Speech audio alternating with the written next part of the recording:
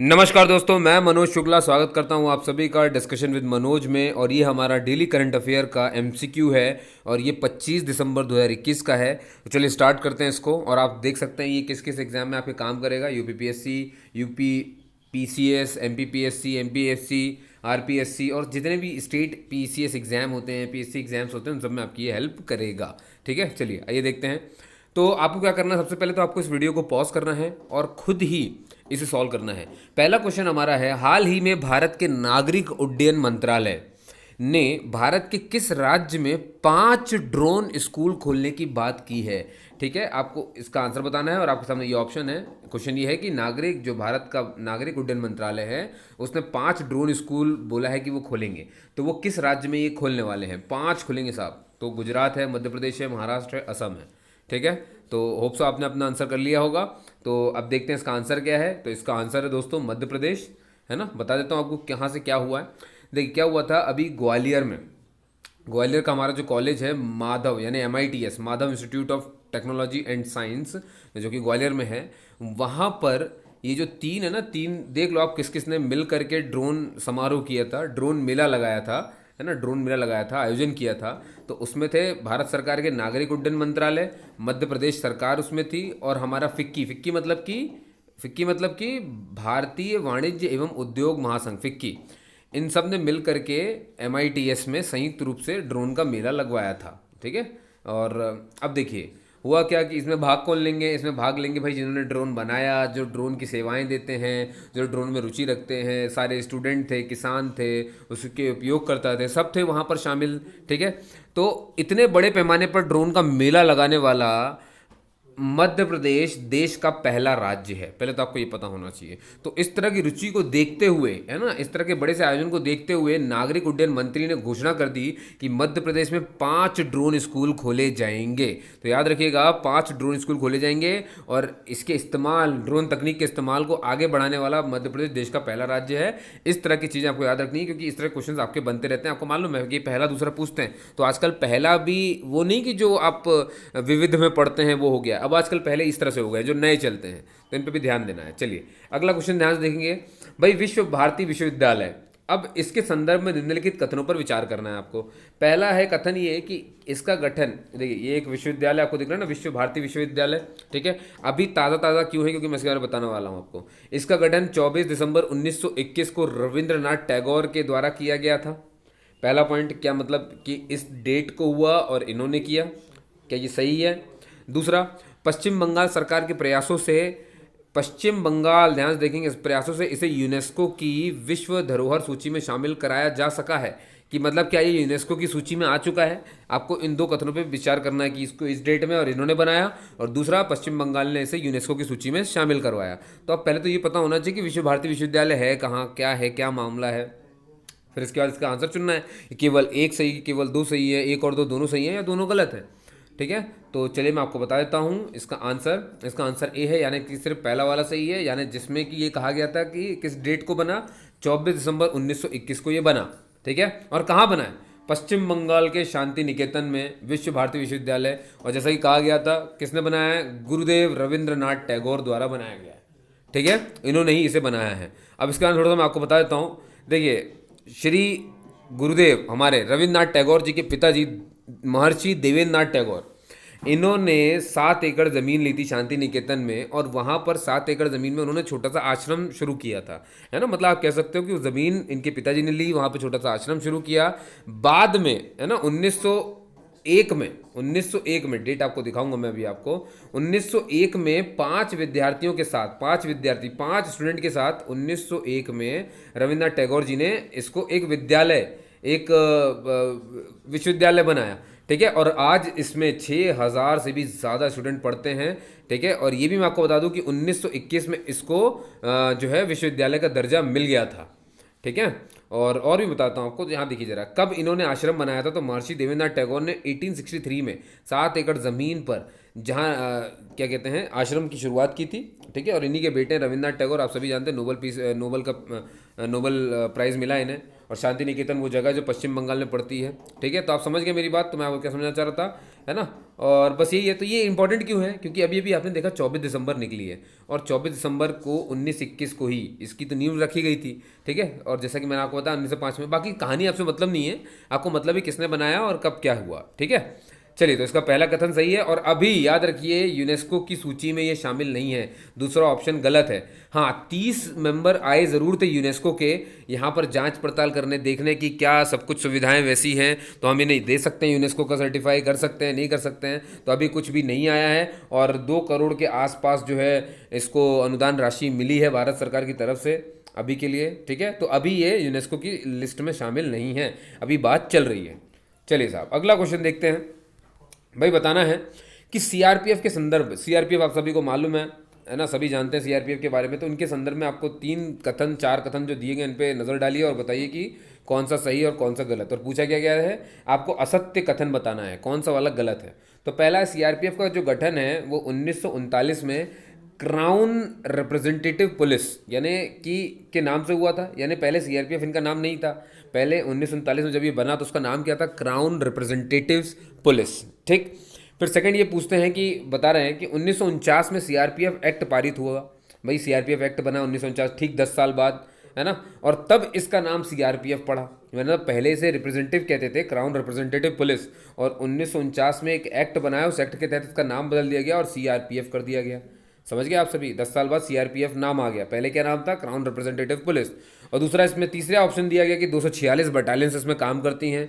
ठीक है, क्या ये सही है, मतलब ये गलत है। इनमें से 3 कौन से गलत थे। अब चौथा ये है कि यह यूएन पीस कीपिंग अभियानों में भाग नहीं लेता है, घरेलू कानून व्यवस्था को देखता है और संभालता है।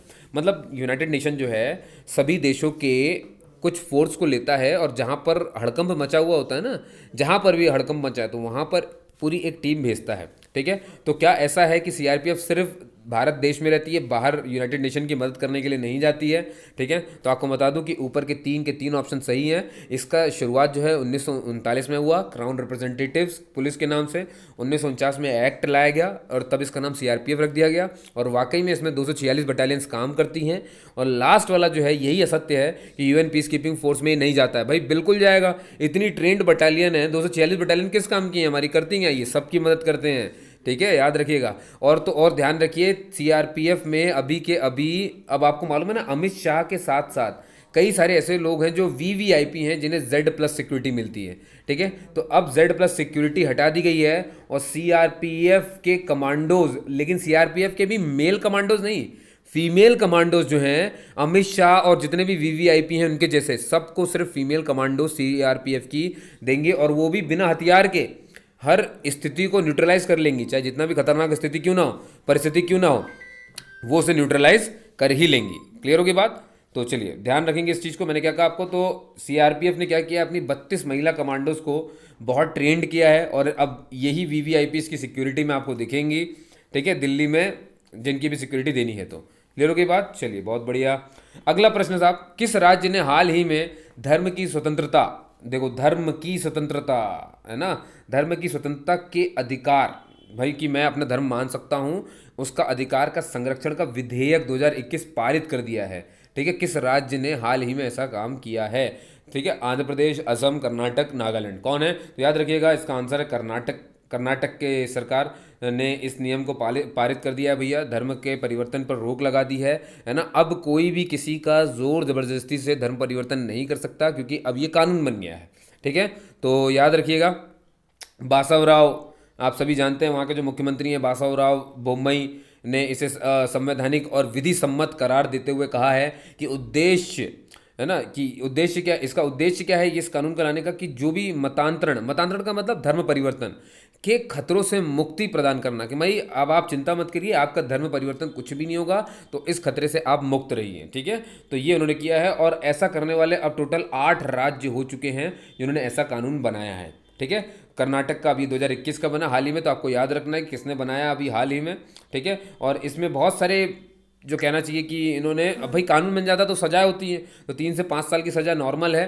ठीक है, जनरल कैटेगरी वाले अगर आपने किसी जनरल वाले के साथ ऐसा काम किया है, भाई ध्यान सुनिए, सामान्य वर्ग के साथ अगर आपने ऐसा काम किया, सामान्य वर्ग को अगर आपने धर्म परिवर्तन करवाया जोर जबरदस्ती से, तो 3 से 5 साल की कैद होगी आपको और 25,000 जुर्माना होगा। लेकिन अगर यहीं आपने SC ST और फिर वुमेन, अब वुमेन चाहे SC ST वाली हो, OBC हो, कि चाहे जनरल वाली हो, SC ST OBC और वुमेन, इनको अगर ज़बरदस्ती आपने परिवर्तन करवाया तो आपकी राशि 3 से 10 लाख की हो जाएगी और 25,000 जुर्माना नहीं होगा, तब आपका जुर्माना हो जाएगा 50,000 रुपये। ठीक है, ये आपको ध्यान रखना है। और इतना ही नहीं है, अगर आपने ग्रुप में आकर के, है ना, ग्रुप मतलब पूरा का पूरा परिवार पकड़ा आपने और पूरे पूरे के परिवार का आपने धर्म परिवर्तन करवा दिया, कर्नाटक की बात कर रहा हूँ और ऐसे 8 राज्यों की बात कर रहा हूँ, तो वहाँ पर उन्होंने कहा है कि भाई हम आपसे 5 लाख रुपए मुआवजा ले लेंगे अगर आपने पूरे परिवार का करवाया तो। और ये कौन लेगा मुआवजा? ये मुआवजा जिसने ये काम करवाया है उसको देना पड़ेगा, और जिसके साथ आपने ये काम किया उसको आपको ये चीज़ राशि चुकानी है। सरकार इसमें बीच में कुछ भी नहीं है, सरकार आपसे लेकर के इनको वापस कर देगी। ठीक है, और 10 साल तक की सज़ा भी हो जाएगी अगर आपने सामूहिक रूप से ऐसा करवाया। देखिए लिखा हुआ है, सामूहिक मतांतरण के दोषी को 3 से 10 साल तक की सज़ा हो जाएगी और जुर्माना 1 लाख रुपए तो होगा ही होगा, और साथ में 5 लाख रुपए मुआवजा देना पड़ेगा। ये जुर्माना 1 लाख रुपए, मुआवजा 5 लाख रुपए, ये सरकार को जाएगा और ये 5 लाख रुपए उनकी जेब में जाएगा जिनको आपने कष्ट पहुंचाया है। ठीक है दोस्तों, आप समझ गए होंगे मेरी बात। और लास्ट क्वेश्चन है हमारे पास कि ब्रूसेलोसिस के संबंध में निम्नलिखित कथनों पर विचार कीजिए। पहला, यह एक विषाणु जनित बीमारी है। विषाणु मतलब वायरस से जनी हुई बीमारी है ये, जो केवल पशुओं को संक्रमित करती है, मतलब इंसानों को नहीं करती है। ठीक है। दूसरा, ये हड्डियों, त्वचा, लिवर के अलावा केंद्रीय स्नायु तंत्र और गैस्ट्रोइंटेस्टिनल ट्रैक्ट को प्रभावित करती है। क्या ये ऐसा है? आपको क्या बताना है? विचार करें और बताएं तो उपयुक्त में से कौन सा कथन सत्य है, सही कौन सा है।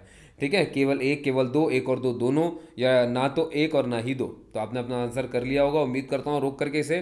ठीक है, तो इसमें जो सत्य है दोस्तों वो कौन सा वाला है? वो है नीचे वाला, यानी कि बी, केवल दूसरा, यानी कि यह हड्डियों, त्वचा, लिवर के अलावा केंद्रीय स्नायु और इन सबको प्रभावित कर रहा है। अब देखिए मैं कुछ बताता हूँ आपको ब्रूसोलिसिस के बारे में।